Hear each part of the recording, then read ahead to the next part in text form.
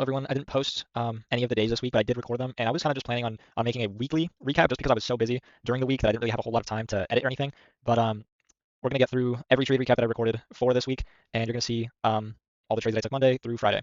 Enjoy. All right, so this is gonna be a trade recap for Monday because I did not post yesterday, so we're gonna go over Monday really quick. I had a losing day, and over here I took a 1 minute CISD play off of the bounce from the new week opening gap, which I also took pretty much the same exact play for 10 a.m. Both times didn't work, both times minus 250, so I ended the day with minus 500. And I just want to take note of this that I should not be trying to fade the new week opening gap. Definitely should expect it to get filled. And if anything, I should have waited until it got filled to even place a trade. As you can see, we dropped about 700 points from the top of this wick.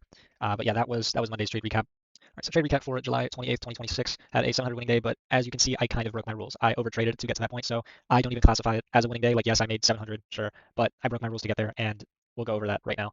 During Asia session, I traded and actually revenge traded a few times. I didn't have it marked out, but this was the trade that worked out for me during Asia session, and I went for just a 2RR. This recovered my losses from the trading that I did during Asia over here, and I just called it a night and waited for New York. So during New York, I had 3 trade ideas. First one was the 10 a.m. As soon as this opened, we spiked, did not retrace down after it opened. It kind of spiked up pretty fast. So I decided to enter at the 10 a.m.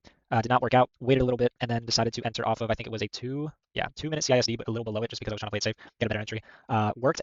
Actually, wait, no, it did not work out. I actually got stopped break even. So at this candle right here is where I got stopped to break even. And then it ran to my TP with a little bit of chop and went all the way up here. And the reason I took this trade was because of a 4-hour CISD. So this CISD right here, and it was between 2 OTE levels, so as well as VWAP. So there was 3 confluences for me to enter this trade. I was going for a 4-hour, risking 250, making 1,000, and so it recovered my loss from here and break even from here, so up 700. But of course, I broke my rules, traded Asia session, and just want to hold myself accountable there. So yeah, that's pretty much it. Okay, so trade recap for July 29th, 2026 had a $100 losing day, and I followed my rules a little bit more, but I still took kind of some bad trades after I was already in profit, so I'm going to show those to you guys right now. This one's not supposed to be here. There we go. Okay, so this one right here I took because of a 1-hour rejection block off of a 15-minute CISD. Entered off of there, had a 25-point stop, made about $400 on this trade. I exited early because it was 10 a.m. and I kind of saw like some manipulation upward, and this close down kind of set it in stone for me, even though I totally could have trailed my stop a little bit more, but that's okay. And then over here, I took this trade because it was the next rejection block down. I wanted to take the midpoint of that. Ended up stopping me out immediately, so that was pretty bad analysis on my end. And then over here, this was just more of kind of like desperation kind of trade. I was taking just this bad setup, to be honest, just because of a very small 1-minute rejection block. I pretty much got stopped out immediately. And yeah, that's pretty much it for today. Not a bad losing day, but definitely could have held on to some profits more. And yeah, that's pretty much it. Hello everyone, this is a trade recap for July 30th. This was more of a break-even day for me. And if we go over on the charts, I can show you exactly the trades that I took. So over here for Thursday, this is on the 5-minute chart. I entered these 2 trades, which I got stopped out of both of them, but I was risking much less than I usually would. Instead of risking 250, I was risking 150 to 200. And then over here, I entered and made back some of the losses I had, but it wasn't all of the losses. So I entered this one, which if I would have gotten stopped out, then that was going to be it for me. So I had a bigger stop. I entered with 2. It was a 62-point stop for 250. I made a little bit of profit, and I just didn't want to stay in this because of how choppy we were. Didn't really like the price action through here. This is about a 200-point range for New York, which is not really a whole lot for how much I was entering with or leveraging with. But yeah, that was the trade recap for Thursday. Don't know why this is here. I don't think I took this. I didn't take this trade.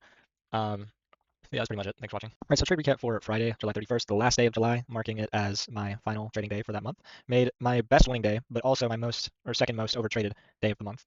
And if we go over on the charts, I'll show you exactly what I entered off of. So I was trading a little bit of Asia because I saw we were just so extended from Thursday, like all the way down here. And I kind of had like a double top theory because of how little we were moving up past this point. Like it was moving up very slowly, but also losing a ton of momentum. So I decided to enter. I forgot exactly where. I know it was here, but I forgot exactly why. But I entered with 10 simply because Asia was just not moving as much as New York, so I just sized heavier. And I ended up catching a very big portion of this move. And I didn't catch the whole thing, but I think this was about, it was 2,000 with 10, but I had a few losses earlier. And the reason I wanted to trade Asia was because I wasn't sure if I was going to be available to trade New York. So if I just like spent some time trading Asia, I wouldn't have to worry about New York that much. So that was one trade idea. And then over here, I had this trade from New York, which was a 4-hour CISD that I was really keen on marking out, as well as a 1-hour order block. It looked like it really wanted to respect the order block more than the CISD, but I still was willing to take it at the CISD anyways with 3 contracts. So my 250 stop was inside the order block, pretty protected, and I did not end up catching the entire move down. This was about 500. It was a 1 to 2. And I don't know why it's so extended over there. But yeah, 1 to 2. I just didn't really like the rejection on this candle that was getting really close to 930 open, and I wanted to lock in profits. So had that, and then over here, I had one more trade idea, which was a bounce off of this key level that I had marked out. Ended up being wrong, and yeah, just called it a day after that. Did not take any trades past that. And yeah, that's pretty much it. Thanks for watching.